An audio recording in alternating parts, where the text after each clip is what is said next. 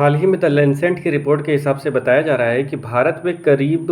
2019 की बात है कि लगभग 500 करोड़ लोगों के ऊपर जो है वो रिसर्च करी गई। रिसर्च में ये पता चला कि लगभग 500 करोड़ लोगों ने एंटीबायोटिक की दवाइयाँ जो हैं वो खाई। अच्छा, एंटीबायोटिक की जो दवाइयाँ खाई वो तो खाई, चलिए कोई बात नहीं, लेकिन जो भी दवाइयाँ खाई वो बगैर सोचे समझे खाई, ना ही किसी डॉक्टर का प्रिस्क्रिप्शन और ना ही किसी भी तरह के मेडिकल स्टोर वालों ने किसी तरह की कोई उनसे स्लिप या पर्ची वगैरह मांगे। तो कहने का सेंस ये है कि यदि आप किसी भी प्रकार की ऐसी एंटीबायोटिक का इस्तेमाल कर रहे हैं जो आप अननेसेसरी खा रहे हैं, यानी उसकी आवश्यकता नहीं है, उसके बावजूद भी आप खा रहे हैं, या तो फिर आप जो भी क्या नाम है आप एंटीबायोटिक का इस्तेमाल कर रहे हैं, आपको उसके बारे में नॉलेज नहीं है। यदि आप किसी भी प्रकार से हार्ट पेशेंट होते हैं तो अगर आप किसी भी प्रकार की एंटीबायोटिक का इस्तेमाल करते हैं तो वह एंटीबायोटिक जो है वो आपके हार्ट के लिए भी बड़ा ख़तरनाक साबित हो सकती है। जैसे कि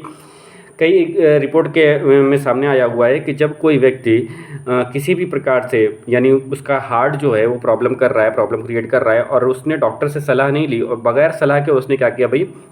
मेडिसिन वगैरह उसने ले ली। अब दिक्कत क्या होती है कि जैसे ही उसने क्या नाम है मेडिसिन वगैरह तो ले ली और बगैर किसी सलाह के लिए, दिक्कत ये होती है कि जो उसकी दवाइयाँ जो चल रही होती हैं ऑलरेडी, जो डॉक्टर की सलाह से जो दवाइयाँ उसकी हार्ट की चल रही होती हैं, वो एंटीबायोटिक जो है वो उसके ऊपर बुरा प्रभाव डालती हैं। और अगर हम उसको डॉक्टर की सलाह से लेते हैं तो डॉक्टर जो होता है ये समझता है कि कौन सी एंटीबायोटिक जो है वो इस मरीज़ को देनी चाहिए, या तो फिर वो उस एंटीबायोटिक को चेंज करता है या तो फिर वो उसकी अपनी दवाओं के अंदर चेंजेस लाता है, जिसके कारण मनुष्य का शरीर जो है ना वो बराबर सही काम करता है। एंटीबायोटिक आखिर होती क्या है, तो जैसा कि हम सभी लोगों को मालूम है, जब बैक्टीरियल इन्फेक्शन होता है ना या बैक्टीरियल संक्रमण होता है तो उसको रोकने के लिए इस्तेमाल करने वाली जो दवाइयाँ होती हैं वो एंटीबायोटिक दवाइयाँ होती हैं। मैक्सिमम एंटीबायोटिक दवाइयाँ जो हैं वो हम लोग तब इस्तेमाल करते हैं जब हमको किसी भी तरह का फ्लू वगैरह होता है, किसी तरह का इन्फेक्शन वगैरह होता है।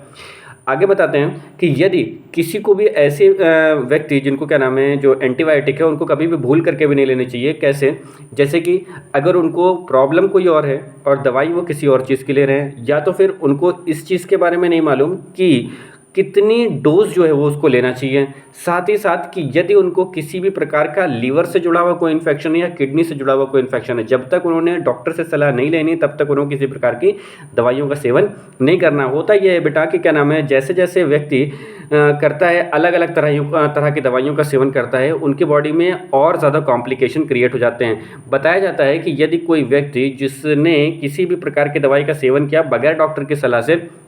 उसके अंदर के बैक्टीरिया जो होते हैं वो ख़त्म तो हो जाते हैं, लेकिन उनके बॉडी के अंदर तमाम तरह की बीमारियां शुरू हो जाती है, जैसे डायरिया वगैरह हो गया, पेट दर्द वगैरह हो गया। अगर फीमेल है तो उनके अंदर इन्फेक्शन हो जाता है, वजाइनल इन्फेक्शन बोल देते हैं उसको, ठीक है। या कुछ लोगों में किडनी फेलियर के चांसेस हो सकते हैं, कुछ लोगों में क्या नाम है जो है वो एलर्जी के चांसेस आते हैं,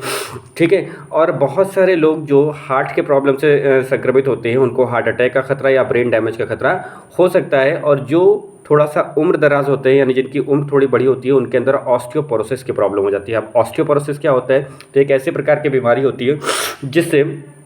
जो है मनुष्यों की जो हड्डियां होती है ना उनमें रफनेस आना शुरू हो जाती है।